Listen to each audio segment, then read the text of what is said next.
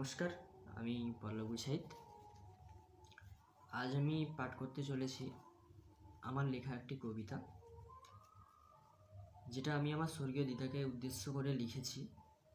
দিদার উদ্দেশ্যে লেখা কবিতাটি পাঠ করে শোনাচ্ছি। কবিতার নাম অভাগার দিদা, লেখায় আমি পল্লব সাহিত। জানি না সময়গুলো কিভাবে গেছে চলে, 5টি বছর গেল তুমি আমাদের গেছো ছেড়ে।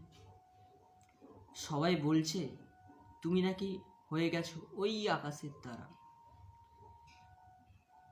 তাই তো তোমায় খুঁজে বেড়াই ওই লক্ষ তারার মাঝে। শুধু তোমায় একটিবার দেখব বলে। জানো দিদা, আজ বড্ড মনে পড়ছে তোমাকে, বড্ড মনে পড়ছে ছোট্টবেলার সেই দিনগুলিকে। অনেক দিন পর মামার বাড়ি গেলে তুমি ছুট্টে এসে নিতে আমায় কোলে।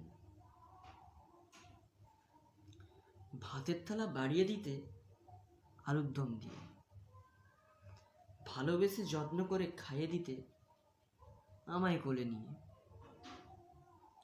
আবদার করতাম আমি, দিদা খাবো আমি পিঠে পুলি। আনন্দের সঙ্গে তুমি বানিয়ে দিতে পুর পিঠা, পাটিসাপটা, গুলগুলি, আরও কত কি। খেতাম প্রচুর মজা করে।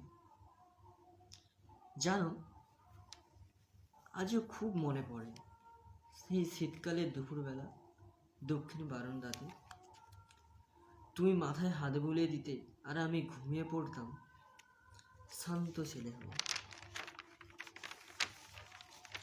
একটু চোখের আড়াল হলেই তুমি ডাকতে কোথায় রে দাদিয়া বলে। আজ আমায় কেউ ডাকে না দাদিয়া বলে। তুমিও গেছো চলে আর দাদিয়ার নামটিও গেছে মুছে। আজ বড্ড মিস করি তোমার ভালোবাসা আর তোমার ওই সুন্দর হাসি। তোমায় আজও আমি অনেক ভালোবাসি। যদি কোনো ভুল করি করে দাও ক্ষমা। আশীর্বাদ করো যেন মানুষের মতো মানুষ হতে পারে।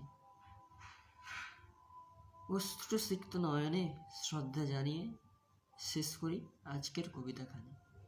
নমস্কার।